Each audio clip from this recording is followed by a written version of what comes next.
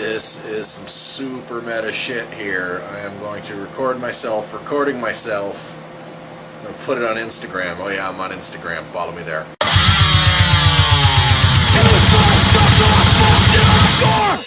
Going down, suicidalists. You know what time it is. It is time to get ill. It is also Friday, and with that I bring a new review for you. This one is going out to Alice Hempel, one of my Patreon supporters, who suggested that I take a look at Fede Alvarez's remake of the classic, nay, iconic Sam Raimi horror movie, Evil Dead. Now, originally I was going to let this one pass me by. I have come to terms with the reality of movie remakes, horror movie remakes in particular. They are here to stay, they are not going anywhere, and we are going to continue to see them as long as people continue to pay for them. But man, remaking Evil Dead, these are three movies that I hold near and dear, very close to my heart. They mark pivotal moments in my horror movie fandom, so I had a really, really hard time with this one. But you know what?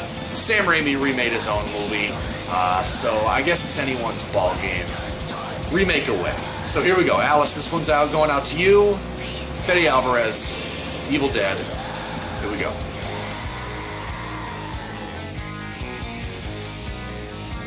As we begin, a group of filthy hillbillies capture and bag a frightened woman in the forest. When she regains consciousness, she is surrounded by even more dirty mutant hillbillies and finds herself bound to a pole. But what's this? Could she be the bad guy and they be the good guys? Oh yes. As it turns out, she is possessed of a demon that is threatening to swallow everybody's soul, and she is set alight by her father, who then blows her head off with a shotgun. Cut to now.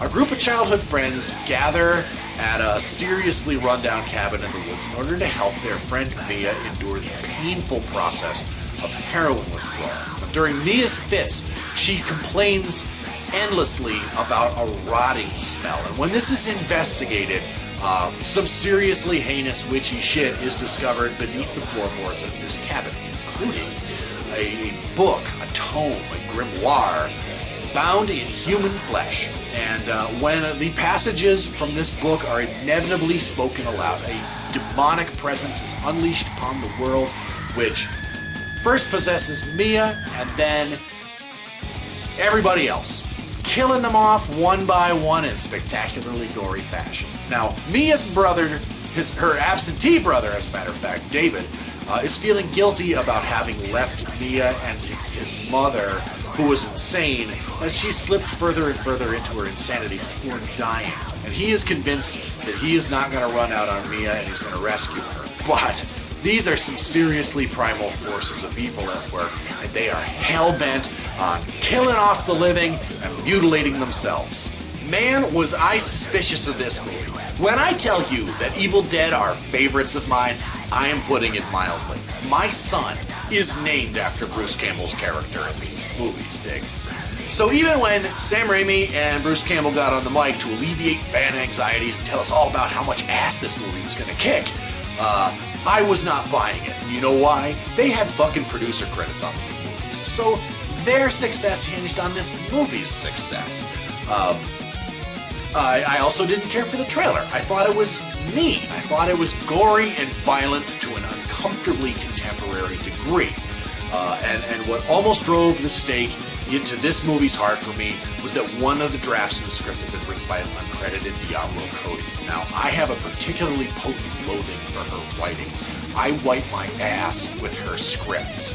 So I had basically folded my arms and arched an eyebrow in judgment of this movie before I had even seen more than a couple of stills and a trailer. But you know what?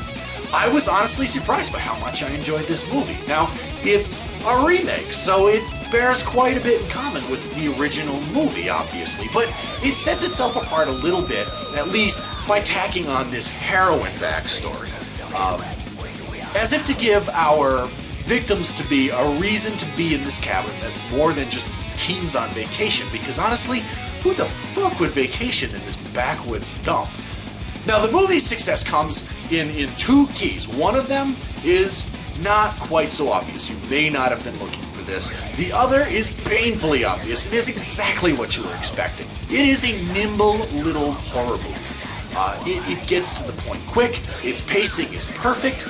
Once it gets to where it wants to be, it moves quickly and it doesn't let up until the very end of the credits. This is a movie that makes the most of its 90-minute running time. It knows exactly what you came to see, and what you came to see was buckets of blood. Waves and waves of blood and gore that splash down over you, cover you head to toe, saturate your clothes, leave you feeling like you need a shower. This is a fucking violent, gory, bloody movie. Man alive, does it deliver on its promise. I mean, these originals are pretty bloody. This one gives them a run for their money. Fans rejoice. This is a classic horror movie, practical special effects type setting. We've come very used to visual effects in our horror movies these days. The CGI blood has become very prevalent, and we notice it all the time, and it's just not terribly convincing. This is splashy, real fake blood that gets on you. It's hard to get off, and they make the most out of it. Fans rejoice. However, and this is a really minor criticism of the movie, it is constantly paying service to the fans by providing these trivial little cues to the original movies, as if it is desperate to prove its credibility to you. It really wants you to know that it's a horror movie by horror fans for horror fans who know their shit. There's, like a Michigan State sweatshirt in there. The classic Oldsmobile 88 appears. There's some kind of fast action montages of stuff being built that'll be used later that's sort of similar in style to the scene where Ash builds his chainsaw hand, or the mechanical hand from Army of Darkness. There's also a sort of Evil Dead 2 mashup scene where there's a hand which becomes possessed and needs to be dismembered. I really wish that filmmakers didn't feel pressured to do this when making remakes, because, if I wanted to watch Evil Dead, I'd fucking watch Evil Dead.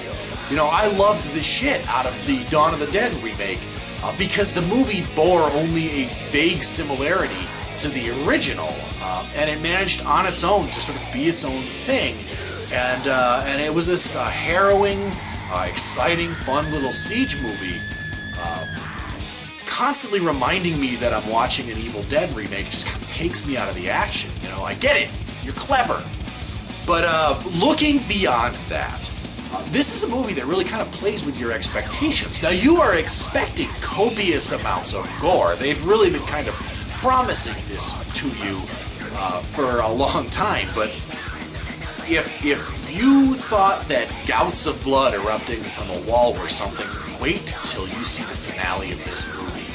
Holy shit, I was not expecting this. I honestly didn't see the ending coming, which really kind of goes back to this whole playing with your expectations again. There's also really no Ash character to speak of, which was kind of a bold move on Alvarez's part, because everybody has really grown attached to the Ash character. Now, Mia's brother David is kind of a stand-in for Ash, but in the end, that really doesn't matter.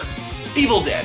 It wouldn't have hurt Alvarez to make his own movie, but I can't really fault him for what he delivered. It is a, dare I say, fun movie.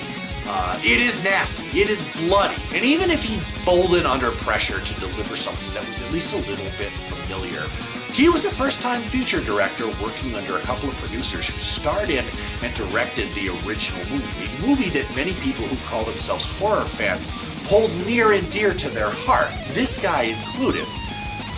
The cast is mostly forgettable, as is the case with a lot of movies of this type. They're really just there to get hacked to pieces, and hacked to pieces they are, much to our delight. Holy shit, is this a sight to behold. It is a movie that moves fast. It has some real squirm-inducing horror moments, but it's weighed down a little bit by this almost incidental addict story that is forgotten pretty much as soon as the blood begins to pour. So what did you think? Opinions of Evil Dead tend to run either hot or cold. I have yet to see a real measured opinion in the middle. Let me know down in the comments. I'm interested. Also, if there's anything that you think I need to review next, put it down in the comments as well. Don't forget to check me out on Facebook, follow me on Twitter and Tumblr, and by all means, please take a minute to check out the Cinema Suicide Patreon profile and give consideration to supporting the show. Your support would go a long way and would be greatly appreciated. As always, like, comment, subscribe, and I will see you next Friday.